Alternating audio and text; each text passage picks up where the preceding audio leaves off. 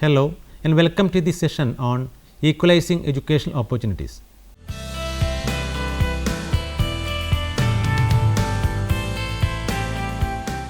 Education involves actualization of the highest potentialities of man. It is the total development of all aspects of the educand, physical, mental, moral and spiritual. Right from the Vedic period, this pragmatic aim of education was inherent in the system of education in India. Education is not an individual affair, but a social endeavor and a social obligation. It is for this reason that the modern states undertake the responsibility to educate its citizens. Every country believes in the potency of education for serving the mundane goal of uplifting its society. In modern industrial society, education has become the main agency for socializing newborn into law-abiding citizens and productive members of the society. The success and prosperity of any democratic system of government depends on enlightened and educated people.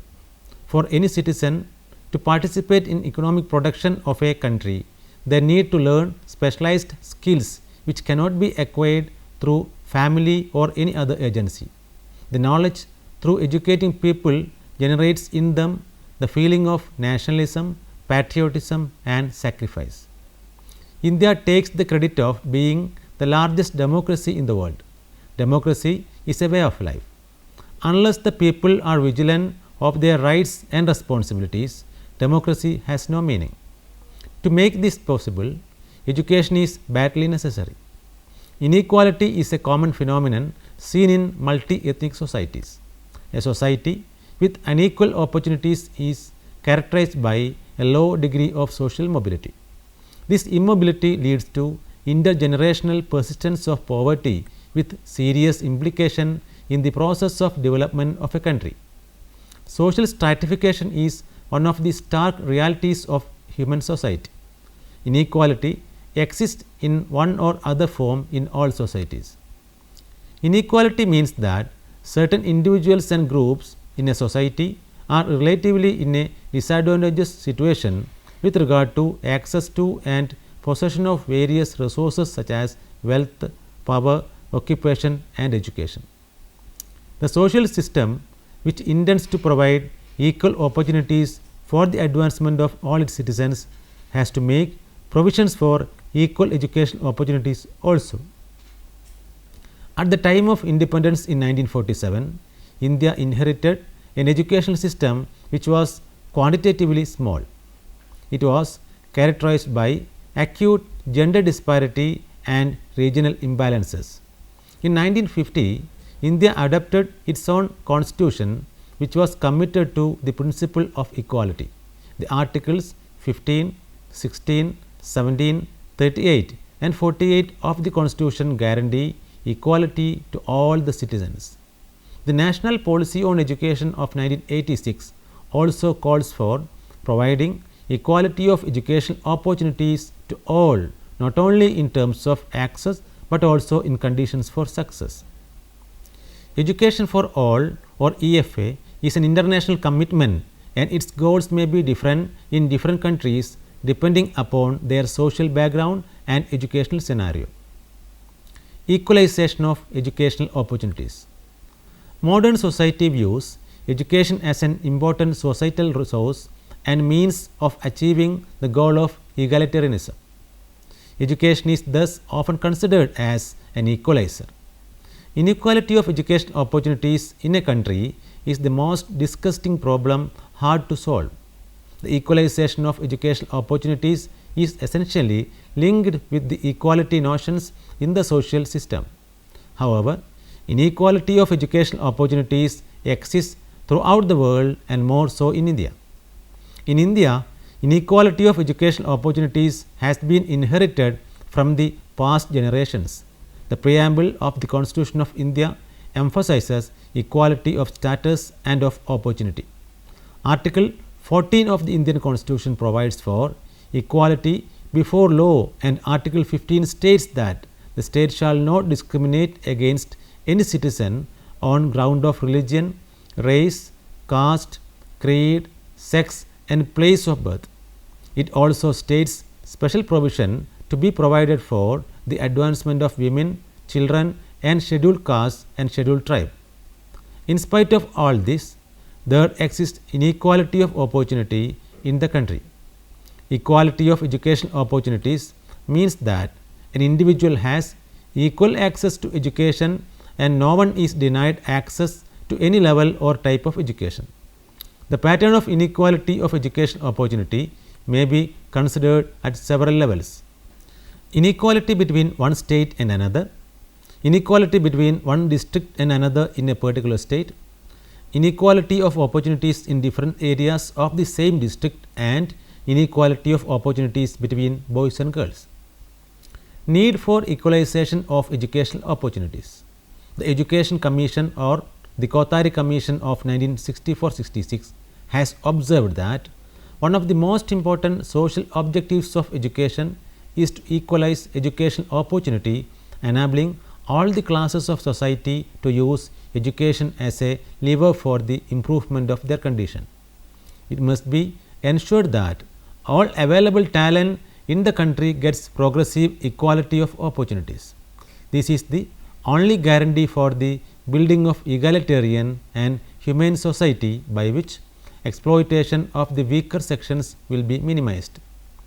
These observations made by the Kothari Commission indicate the need or importance for equalization of education as follows: for establishing an egalitarian society, for successful run of a democratic nation, to identify talents in various fields, for ensuring social and economic development of the country, to develop human resources of the country, to promote social justice in the country and to minimize educational gap existing between the different sections of people in the country.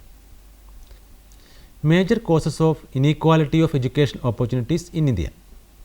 In India, educational inequality prevails between the various sections of society. A large number of factors are responsible for this inequality. In India, some states are economically advanced than some others. Consequently, the income per head population in different states varies considerably. The literacy level in each of the state in India is different. The same applies to different districts and localities of the same state. There are regional imbalances in educational opportunities in different states. There are certain places in our country where facility for higher education does not even exist. In India, there exist many isolated inhabitants, particularly in hilly and forest areas, who have no proper access to education. Our country lacks suitable accommodation for running schools in some areas. There are places where primary education is not up to the standards. Another reason is the absence of a common education system. The present system of education in our country has not been nationalized. Absence of a national system of education is another greatest obstacle to attain inequality of educational opportunities in India.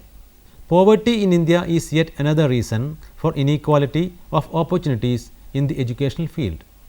Children from poor families fail to attend schools as they find it very expensive. The fundamental problems of education in the tribal areas are not very different from those in rural areas. There is much difference in the skills they have attained. Most tribals have their own language or dialects. Parents of students in rural and tribal areas are illiterate, so they fail to give proper encouragements to their children. Inequality arises from home environment also. Some parents refuse to send their girl children to schools. This causes wide disparity between education of boys and girls in India. The curriculum of Indian education system is not suited to the needs and problems of girl students. More than gender disparity, India faces disparity of upper class and lower class. Educational expansion and other educational measures are found only in the advantaged communities and are meant for upper class children only. In India, children from poor families receive education in substandard institutions which lack qualified teachers, especially in the tribal areas. Differences in standards of education institutions also cause inequality in the standards of students. There is varying occupational opportunities in each and every state in India. Recommendations of commissions and committees on equalization of educational opportunities. When circumstances demand, it is an accepted administrative practice in democratically governed countries to appoint committees and commissions periodically. Since the commencement of the Constitution of India, a number of commissions and committees have been set up to look into the matters of education and problems relating to it that affect the country and its people. The Education Commission, appointed under the chairmanship of Professor D. S. Kothari in 1964, was appointed to advise the government of the national pattern of education and policies to develop education at all stages. The Kothari Commission recommended on equalizing educational opportunities. The Commission found out that one of the important social objectives of education was to equalize opportunity, enabling the backward and underprivileged classes to use education as a lever for improvement of their condition. The Commission also found out that there are two forms of educational inequalities which are peculiar to Indian situation apart from dispersal of educational institutions, poverty, educational standards and home environments. The first was the disparity between the education of boys and girls at all stages in the educational sector. The second was the disparity between the higher classes of society and that of the backward classes. Many commissions like the National Committee on the Education of Women under the chairmanship of Srimati Durgabai Deshmukh, the Committee on Differentiation of Curricula between Boys and Girls under Srimati Hansa Mehta, the Committee under chairmanship of Sri M. Bhaktavasalam, all examine the inequality and problem of women education. The Kothari Commission supported the recommendations of all those commissions that dealt with women education before. It emphasized the education of girls and claimed that education of women is of even greater importance than that of men, since the education of girls can assist greatly in reducing the fertility rate. The Commission also found it necessary to pay special attention to the education of children from backward classes, which include the SCs and STs. The Commission found it necessary to pay special attention to these people to ensure that they received a fair share of educational development. During the tenure of Secondary Education Commission, several measures were suggested for equalizing education opportunities for girls. They were as follows: providing number of scholarships, making arrangements for necessary transportation, supplying of free books and other study materials, establishing more schools and colleges for girls, providing proper hostel facilities, allowing women as external candidates in the universities during admission, organizing correspondence course for women students and encouraging women students for admission in technological and professional courses. Measures taken to equalize educational opportunities among the disadvantaged groups such as scheduled castes and scheduled tribes included the following: providing educational guidance through methods such as extra coaching, equal treatment and encouragement by the teachers, providing financial assistance, scholarships and freeships, and motivating the parents of the disadvantaged students. Another important commission that dealt with educational problems of scheduled castes and tribes was Scheduled Areas and Scheduled Tribes Commission of 1960. It was constituted in pursuance of Article 339 of the Constitution. The Commission recommended that the education of the tribal children should be the concern of Education Ministry to the same extent as the education of non-tribals. The primary and secondary education of the tribal children should be the responsibility of the state government, and there should be only one policy making body in the tribal areas. A committee on planning commission was constituted in 1958 under leadership of Srimati Renuka Rai, which recommended that the general pattern of education prevalent in the country should be extended to the tribals also, so as to evolve one common pattern of education in the country. A study team on tribal development programs constituted by the Planning Commission under the chairmanship of P. Shilu, Chief Minister of Nagaland at that time, recommended that Balwadis and pre-primary schools be opened in tribal areas. To accelerate the progress of education in such areas, the primary school should be established within 1 or 2 miles of the home of every child. The committee also recommended that good teachers should be appointed in such areas to instill interest in students. Yet another task force was set up by the Planning Commission in 1972 on development of tribal areas headed by Professor Vidyarthi, head of Anthropology Department, Ranchi University.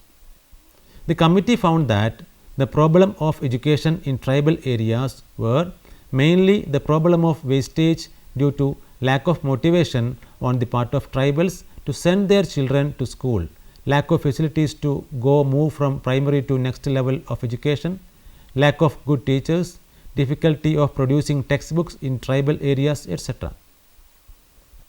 The Planning Commission set up working groups on development of scheduled castes and tribes for the 6th plan in 1980-85. It recommended that education was the key to tribal development. Education is an input not only for economic development of the country, but also provide inner strength to the tribal communities so as to meet new challenges on terms of some degree of equality.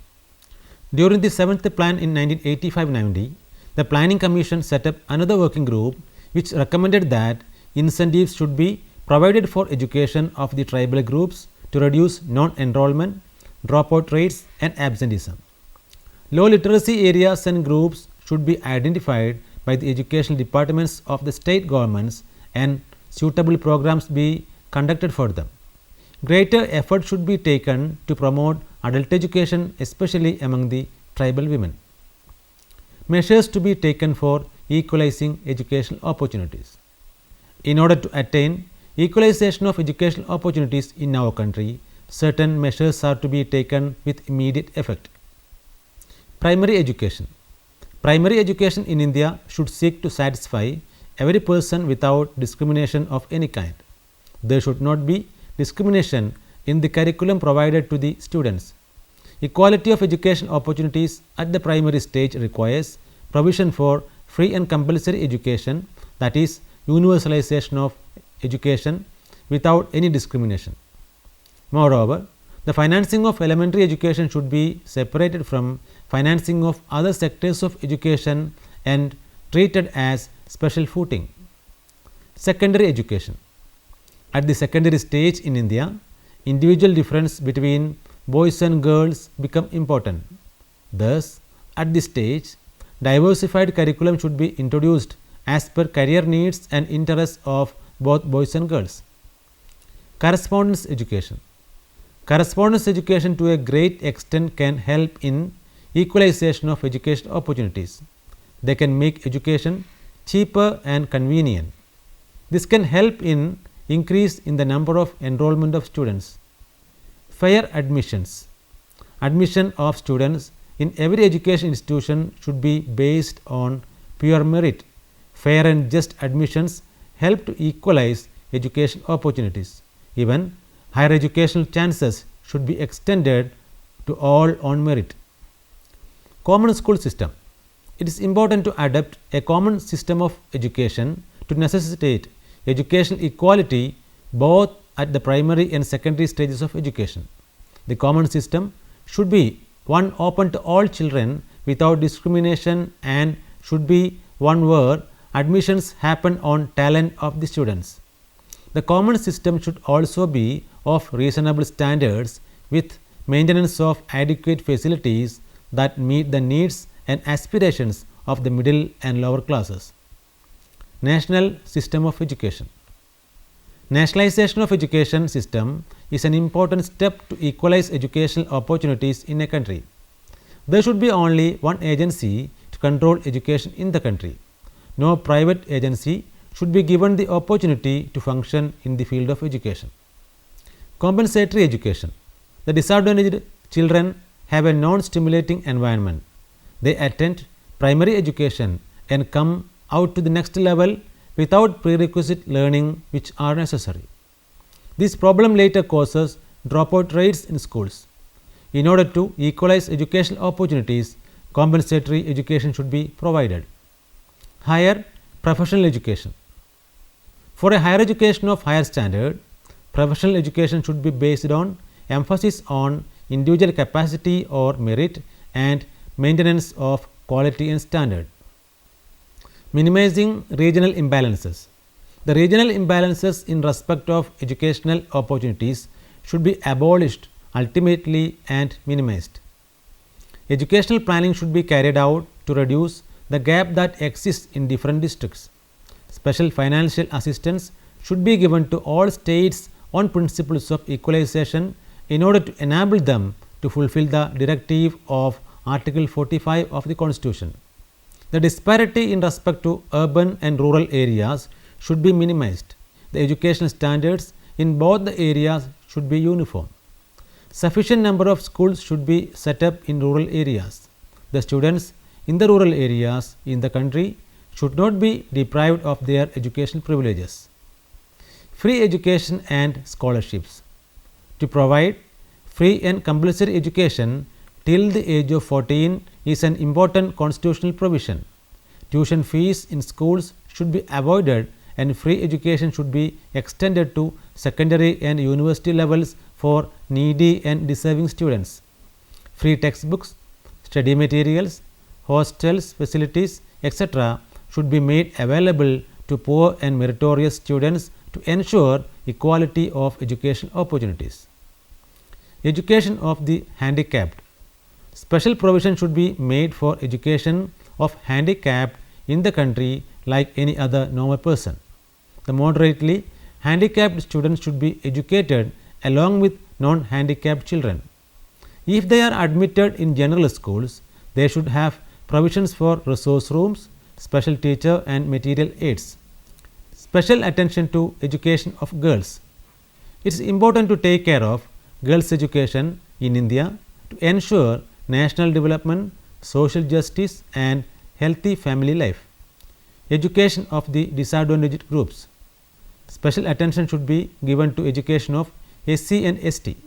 By following a policy of protective discrimination, efforts must be made to increase the opportunities for education to all the weaker sections of the society.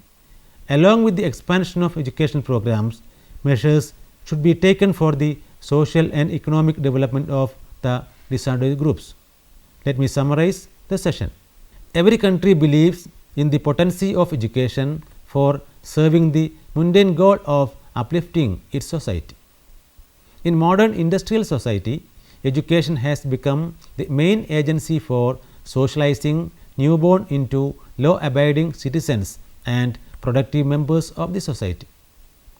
India takes the credit of being the largest democracy in the world.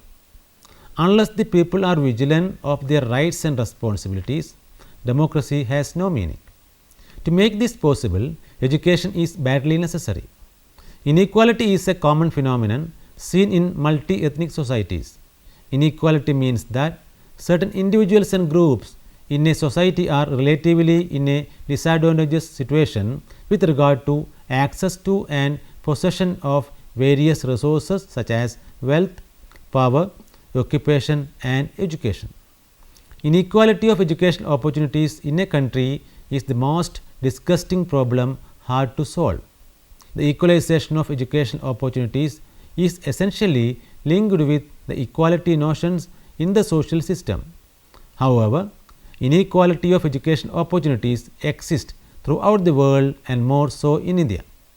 In this unit, various aspects of equalizing education opportunities in India are dealt in detail. Now, you can try to answer the questions given here. What is the meaning of equalizing education opportunity? What are the major causes of inequality of education opportunities in India? Which are the articles in Indian Constitution that guarantee equality to all the citizens? What were the recommendations of the Committee on Planning Commission constituted in 1958? What measures can be taken to avoid inequality of educational opportunities. What were the recommendations of the Kothari Commission to equalize education opportunities among the disadvantaged group in India? Now, you can go through these reference books. Education in India, Problems and Perspective, written by -M, published by Atlantic Publishers and Distributors, New Delhi in the year 2004. Problems of Education in India, written by Ramnath Sharma and Rajendra Kumar Sharma, published by Atlantic Publishers and Distributors, New Delhi in the year 2004. Education in Emerging Indian Society, The Challenges and Issues, written by Sunanda Ghosh, published by PHI Learning Private Limited, New Delhi in the year 2009. Modern Trends in Indian Education, written by Jagannath Mohanty, published by Deep and Deep Publications Private Limited, New Delhi in 2004. Women's Education in India, 1995-98, Present Status, Perspective Plan, Statistical Indicators with a Global View, written by Agarwal SP, published by Concert Publishing Company, New Delhi in the year 2001. Hope that you have enjoyed this session. Thank you.